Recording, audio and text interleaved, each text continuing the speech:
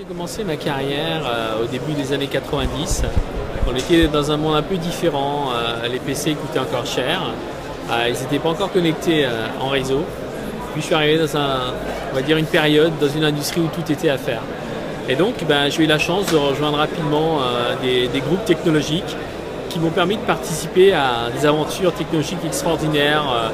Lancement du premier smartphone, imaginer les premiers réseaux haut débit, imaginer les premiers réseaux photoniques, imaginer les premières TV connectées. Donc moi j'ai toujours été finalement dans le lancement, la création de nouvelles technologies ou de nouveaux produits pour de nouveaux marchés.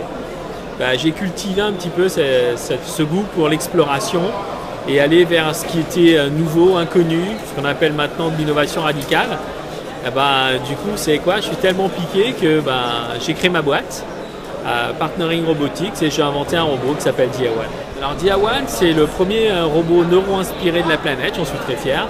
C'est-à-dire qu'il est composé d'une intelligence artificielle qui le rend malin, qui lui permet de se naviguer de façon autonome dans des grands environnements, d'apprendre des tâches simples.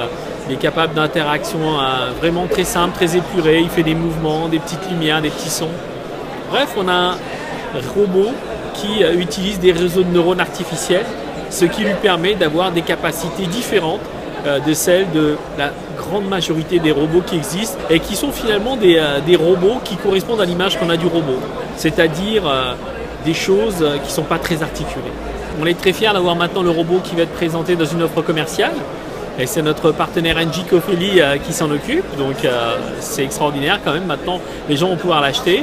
Et puis on annonce aussi des collaborations, notamment avec IBM, une collaboration technologique, puisqu'IBM dispose d'une plateforme de données connectées en cloud qui est ouverte, et puis on dispose de Diawan, le premier robot qui prend soin de la qualité de l'air et des environnements intérieurs, qui est aussi une plateforme ouverte sur laquelle on peut ajouter plein de services et imaginer de nouveaux usages de demain.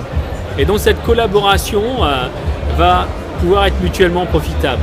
Donc voilà le type d'infos que l'on annonce aujourd'hui. Et puis après, pour les choses un peu plus commerciales, on annonce qu'on se concentre sur ce qu'on appelle les bâtiments intelligents, les smart buildings, les smart cities. Et puis on a des projets actuellement de développement sur la silver economy que l'on fait notamment avec le League l'NCIMAC de Grenoble. Pour ma part, je vis ça comme un véritable combat de vision. Moi, je milite pour une robotique non humanoïde actuellement, parce que les robots, ça fait peur aux gens qui ont peur de perdre leur job, qui voient des robots avec des comportements ou des formes d'intelligence qui les effraient.